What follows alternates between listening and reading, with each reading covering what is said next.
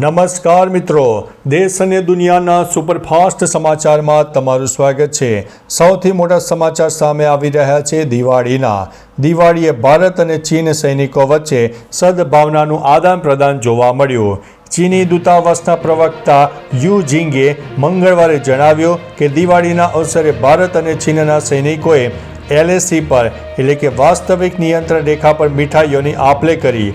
You જિંગે x પર post કરીને કહ્યું કે આ હાવભાવ બંને પક્ષો વચ્ચેની સદભાવનાનું પ્રતીક છે। તણાવપૂર્ણ સરહદી સંબંધો વચ્ચે બંને દેશોના સૈનિકો દ્વારા તહેવારોની શુભેચ્છાનું આદાન પ્રદાન સકારાત્મક સંકેત આપી રહ્યું છે। મિત્રો, અન્ય મહત્વના સમાચારની વાત કરીએ તો નવા મંત્રીમંડળમાં ઉપમુખ્યમંત્રી હર્ષ સંઘવી જ સૌથી ઓછું 9 પાસ ભણેલા છે। નવા કેબિનેટમાં મંત્રીમંડળમાં ડેપ્યુટી સીએમ હર્ષ સંઘવી ફક્ત 9 પાસ છે। કેટલાક મંત્રીઓ 10 અને 12 પાસ છે। રીવાબા જાડેજા મિકેનિકલ એન્જિનિયર, મનીષા વકીલ PhD, ડોક્ટર પ્રદ્યુમન વાજા MD LLB જેવા ઉચ્ચ અભ્યાસ કરેલા મંત્રીઓ છે। કેબિનેટમાં ડિપ્લોમા ધારકો, BM, BCom, BA, BSc અને એન્જિનિયરિંગ કરેલા મંત્રીઓનો સમાવેશ થાય છે અને કેબિનેટમાં શૈક્ષણિક વિવિધતા સ્પષ્ટપણે જોવા મળી છે। મિત્રો, અન્ય મહત્વના સમાચારની વાત કરીએ તો સ્વદેશીએ આપ્યો ચીનને 1 લાખ કરોડનો ઝટકો। GST દરોમાં ઘટાડો અને રેપો રેટના અસરથી આ દિવાળીએ ભારતીય બજારમાં રેકોર્ડ બ્રેક વેચાણ થયું। CAIT મુજબ દિવાળી પર વેચાણનો આંકડો પ્રથમ વખત 6.05 લાખ કરોડને પાર થયો। આમાં વોકલ ફોર લોકલ એટલે કે સ્વદેશી અભિયાનનો મોટો ફાળો રહ્યો છે। CAIT પ્રવીણ ખંડેલવાલાના મતે સ્વદેશીની આ ઝુંબેશથી ચીનના માલ સામાનને 1 લાખ કરોડથી વધુનો ફટકો પડ્યો છે। મિત્રો, અન્ય મહત્વના સમાચારની વાત કરીએ તો હિમાચલમાં નવેસરથી બરફવર્ષા જોવા મળી છે। હિમાચલ પ્રદેશના લાહોલ અને સ્પીતિ જિલ્લામાં અને મનાલીના ઊંચા વિસ્તારોમાં નવેસરથી બરફવર્ષા જોવા મળી છે, જેના કારણે તાપમાનમાં ઘટાડો થયો છે। હિમવર્ષાથી મનાલી અને લાહોલ સ્પીતિમાં પ્રવાસીઓની સંખ્યામાં વધારો થવાની અપેક્ષા હોવાથી પ્રવાસીઓમાં ખુશીનો માહોલ સર્જાયો છે। હવામાન કેન્દ્ર સિમલાના જણાવ્યા અનુસાર હજુ પણ 23 ઓક્ટોબરના રોજ રાજ્યમાં ઊંચા પર્વતીય વિસ્તારમાં હળવો વરસાદ અને હિમવર્ષા થઈ શકે છે।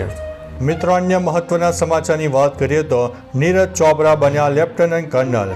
ઓલિમ્પિક પદક વિજેતા નીરજ ચોપરાએ રક્ષામંત્રી રાજનાથસિંહ અને સેના પ્રમુખ જનરલ ઉપેન્દ્ર દ્વિવેદીની હાજરીમાં ભારતીય સેનાની પ્રાદેશિક સેનામાં લેફ્ટનન્ટ કર્નલની માનદ ઉપાધિ એનાયત કરવામાં આવી।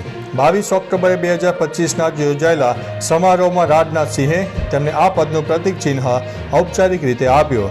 રક્ષામંત્રીએ નીરજ ચોપરાને દેશભક્તિ અને શ્રેષ્ઠતા માટે પ્રયાસ કરવાની ભારતીય ભાવનાનું પ્રતીક ગણાવ્યું છે।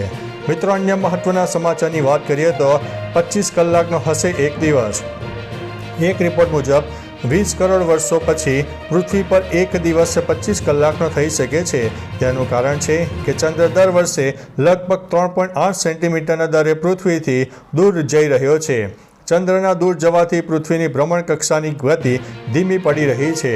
આ પ્રક્રિયાના કારણે જ અત્યારે જ 1.4 અબજ વર્ષોમાં દિવસની લંબાઈ 18 કલાકથી વધીને 24 કલાકની થઈ ગઈ છે। મિત્રો, અન્ય મહત્વના સમાચારની વાત કરીએ તો સ્ટેચ્યુ ઓફ યુનિટી પર પ્રવાસીઓએ રેકોર્ડ તોડ્યો છે। સ્ટેચ્યુ ઓફ યુનિટીએ 2024માં 58.25 લાખ પ્રવાસીઓ સાથે 2023ના 51.20 લાખના રેકોર્ડને તોડી નાખ્યો છે। 2018થી અત્યાર સુધીમાં લગભગ 2 કરોડ પ્રવાસીઓ મુલાકાત લીધી। નર્મદાના શાંત કિનારે બટરફ્લાય ગાર્ડન પ્રવાસીઓ માટે વિકસિત થયું છે। 10 એકરમાં ફેલાયેલા આ ગાર્ડનમાં 70 પ્રજાતિના પતંગિયાઓ અને 150 પ્રજાતિના પરાગરજકણો તેમજ યજમાન છોડ ઉપલબ્ધ છે। મિત્રો, અન્ય મહત્વના સમાચારની વાત કરીએ તો ક્યો કી સાસ ભી કભી બહુમાં બિલ ગેટ્સની થશે એન્ટ્રી। સ્મૃતિ ઈરાનીના શો ક્યો કી સાસ ભી કભી બહુથી 2માં બિલ ગેટ્સ ગેસ્ટ કેમિયો કરશે। તેઓ 2 એપિસોડમાં વિડીયો કોલ દ્વારા સ્મૃતિ ઈરાની સાથે વાતચીત કરવા જોવા મળશે। આ એપિસોડમાં મહિલાઓ અને નવજાત બાળકોના સ્વાસ્થ્ય પર આધારિત ટ્રેકનું શૂટિંગ કરાયું છે। આ ખાસ episode Bill and Melinda Gates ફાઉન્ડેશનના સહયોગથી બનાવવામાં આવ્યો છે। મિત્રો, અન્ય મહત્વના સમાચારની વાત કરીએ તો રજિસ્ટ્રેશન વિનાની હોસ્પિટલોને કડક આદેશ આપવામાં આવ્યો છે। ગુજરાત સરકારે ક્લિનિકલ એસ્ટાબ્લિશમેન્ટ એક્ટનો કડક અમલ શરૂ કરાતા રાજ્યમાં અત્યાર સુધીમાં 37,856 હોસ્પિટલો અને ક્લિનિક્સની નોંધણી થઈ ગઈ છે. જોકે હજુ 15,000 જેટલા ક્લિનિક્સનું રજિસ્ટ્રેશન બાકી છે.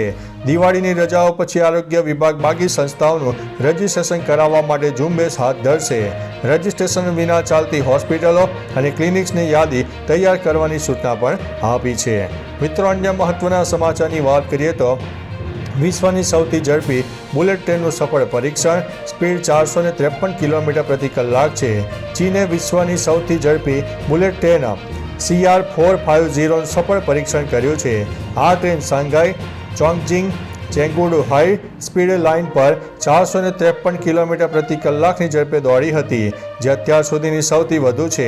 ટ્રેનને 400 કિલોમીટર પ્રતિ કલાકની ઝડપે દોડવા માટે ડિઝાઇન કરવામાં આવી છે અને તે માત્ર 4.40 મિનિટમાં શૂન્યથી લઈને 350 કિલોમીટર પ્રતિ કલાકની ઝડપે પહોંચી શકે છે.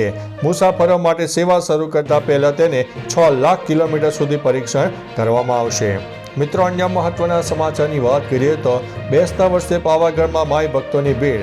પંચમહાલના પાવાગઢ ખાતે બેસતા વર્ષે લાખો ભક્તો મહાકાળીના માતાજીના દર્શન માટે ઉમટી પડ્યા.